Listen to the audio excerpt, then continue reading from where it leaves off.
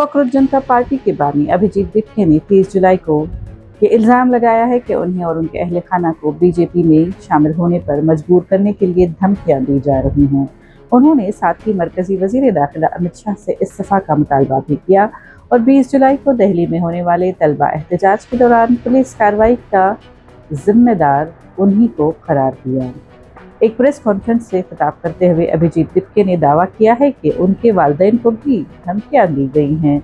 उन्होंने सवाल उठाया कि आखिर मुल्क के आला तरीन ओहदों पर बैठे लोग एक तालिबे इल्म के रहनुमा को मुबैना तौर पर क्यों डरा धमका रहे हैं। उन्होंने मजीद इल्ज़ाम लगाया कि चूँकि दिल्ली पुलिस मरकजी वज़ारत दाखिला के तहत काम करती है, इसलिए 20 जुलाई के तलबा एहतजाज के दौरान होने वाली पुलिस कार्रवाई की जिम्मेदारी अमित शाह पर ही आयद होती है। अभिजीत दिप्के ने बीजेपी के उस मौक़िफ़ को भी मुस्तरद कर दिया कि एहतजाज के दौरान पुलिस ने फायरिंग नहीं की। उनका दावा था कि उन्होंने बिहार के अस्पतालों में ज़ख्मी तलबा से मुलाकात की, जिन्होंने बताया कि मुजाहिरीन के खिलाफ AK-47 और बेल्ट गन समेत दीगर हथियार इस्तेमाल किए गए। उन्होंने ये भी इल्ज़ाम लगाया कि एहतजाज ख़त्म होने के बाद भी तलबा को गिरफ्तार और हरासा किया जा रहा है।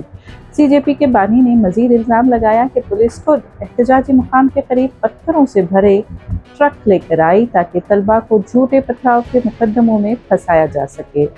मरकजी हुकूमत पर तनकीद करते हुए अभिजीत दिप्के ने नए वज़ीर तालीम प्रहलाद जोशी पर भी तनकीद की और कहा कि हुकूमत मुजरिमों को तहफ़्फ़ुज़ दे रही है।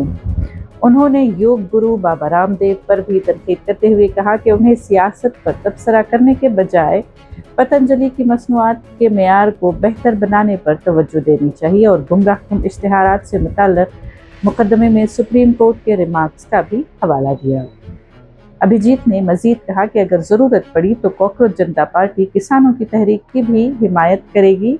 उन्होंने कहा कि वो खुद एक किसान खानदान से ताल्लुक़ रखते हैं।